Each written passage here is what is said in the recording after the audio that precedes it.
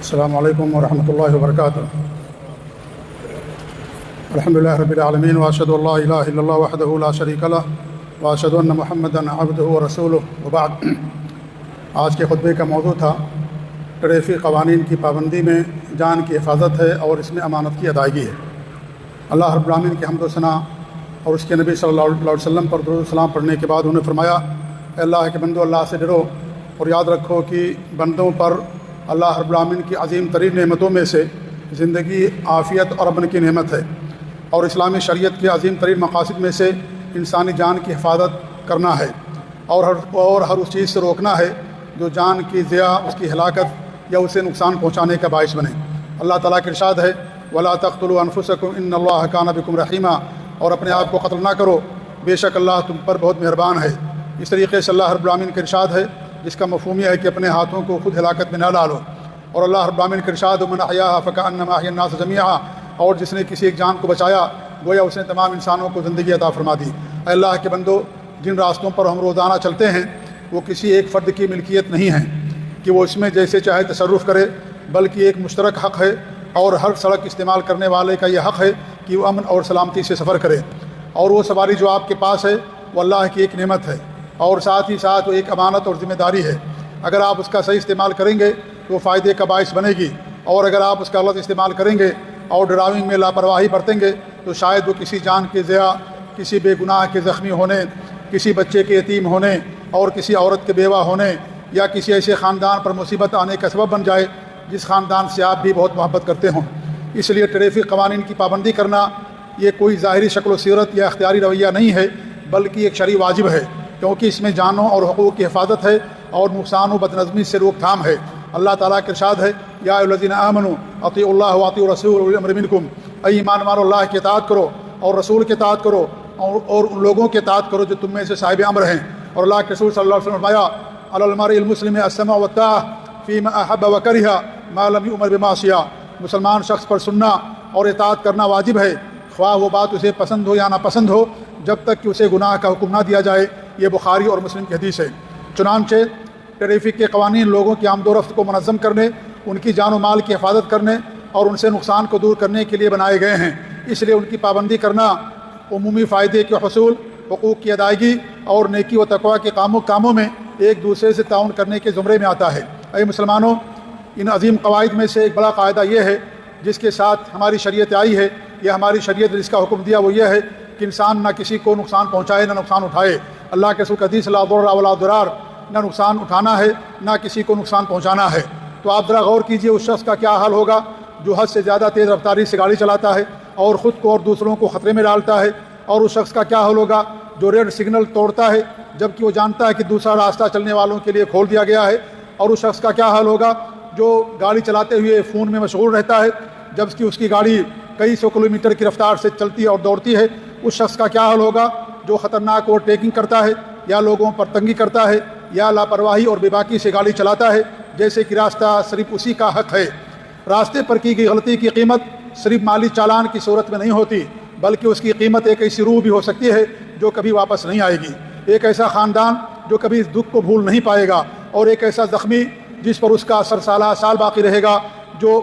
ہمیشہ بستر پر پڑا رہے گا اور موت کی تمنا کرے گا۔ کتنے ایسے ماں باپ ہیں جو اپنے گھر سے نکلے لیکن کبھی واپس نہیں لوٹے، کتنی ایسی مائیں ہیں جنہوں نے اپنے بیٹے کو رخصت کیا اور یہی ان کا آخری دیدار تھا، کتنے ایسے جوان ہیں جو امیدوں سے بھرپور تھے اور ایک ہی لمحے میں ایک دردناک خبر بن گئے، اور کتنے ایسی تندرست انسان ہیں جو ایک لمحے کی لاپرواہی کی وجہ سے مستقبل میں ہمیشہ کے لیے معذور ہو گئے یا ہمیشہ کے لیے زخمی ہو گئے۔ پس اللہ کے بندے، جن چند منٹوں کو آپ بچانا چاہتے ہیں انہیں کسی انسان کی عمر چھیننے کا سبب نہ بنائیں، اور اپنی منزل تک پہنچنے کی جلدی نہ کرو، ایسی جلدی کہ جس منزل پر تم کبھی پہنچ ہی نہ سکو۔ اس لیے اللہ کے بندو، بہترین ڈرائیونگ بھی اچھے اخلاق کا حصہ ہے، کیونکہ راستہ لوگوں کے اخلاق کو ظاہر کرتا ہے، ان کے صبر، ان کے حلم و بردباری اور دوسرے کے حقوق کے احترام کو واضح کرتا ہے۔ اور اللہ کے رسول صلی اللہ علیہ وسلم نے فرمایا،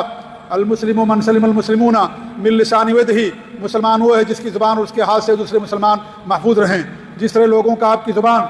اور ہاتھ سے محفوظ رہنا واجب ہے، اسی طرح انہیں بھی آپ کی لاپرواہی، بے باکی اور بری ڈرائیونگ سے بھی محفوظ رکھنا چاہیے۔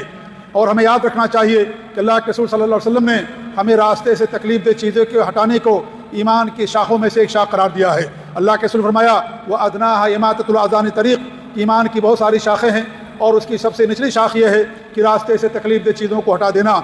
جب راستے سے تکلیف دہ چیز کا ہٹانا ایمان کا حصہ ہے تو پھر اس شخص کا کیا حل ہوگا جو خود راستے میں تکلیف دہ حالات پیدا کرتا ہے اور جان و مال کو خطرے میں ڈالتا ہے، لوگوں کو غلط ڈرائیونگ سے ڈراتا ہے، ان کو دہشت میں مبتلا کرتا ہے، ایسے آدمی کا کتنا برا حال ہوگا۔ بس اللہ کے بندو، اللہ سے ڈرو، اپنی اور لوگوں کی جانوں کی حفاظت کرو، ٹریفک قوانین کی پابندی کرو اور اپنی ڈرائیونگ کو اپنی آگاہی، اپنے دین اور اپنے اخلاق کا ثبوت بناؤ۔ اللہ تعالیٰ میرے اور آپ کے لیے قرآن عظیم برکت عطا فرمائے اور مجھے اور آپ کو اس کی آیات اور حکمت بھری نصیحتوں سے نفع پہنچائے۔ یہ باتیں انہوں نے پہلے خطبے کے اندر بیان فرمائیں اور دوسرے خطبے میں اللہ رب العالمین کے حمد و ثنا کے بعد فرمایا، اے اللہ کے بندو، اللہ سے ڈرو اور جان لو کہ محفوظ ڈرائیونگ آگاہی، دینداری، اخلاق اور ذمہ داری کا نام ہے، اور مومن شخص نہ خود کو تکلیف دینے کا سبب بنتا ہے اور نہ ہی دوسروں کو تکلیف پہنچاتا ہے۔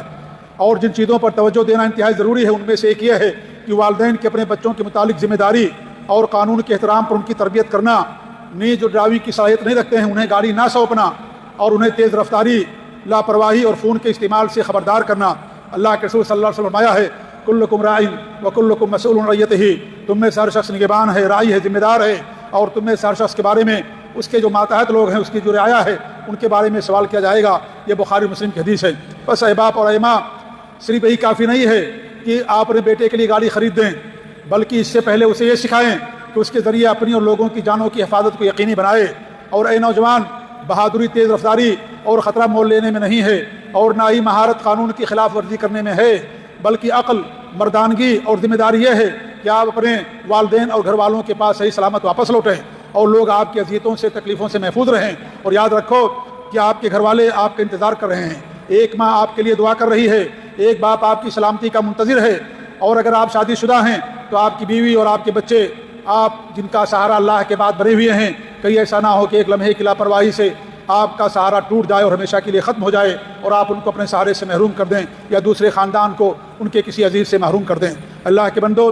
ٹریفک قوانین کا احترام کرنا معاشرے کی آگاہی، اس کی ترقی اور اس کے اچھے رویے کی دلالت کرتا ہے، اور ان اسباب کو اختیار کرنے میں سے ہے جن کا شریعت نے جان و مال کی حفاظت کے لیے ہمیں حکم دیا ہے۔ یہ شریعت کا حکم ہے جان کی حفاظت کرنا، مال کی حفاظت کرنا، اسی لیے اس طرح کے قانون بنائے گئے ہیں۔ لہٰذا ہم اپنے راستوں میں سے ایک بہترین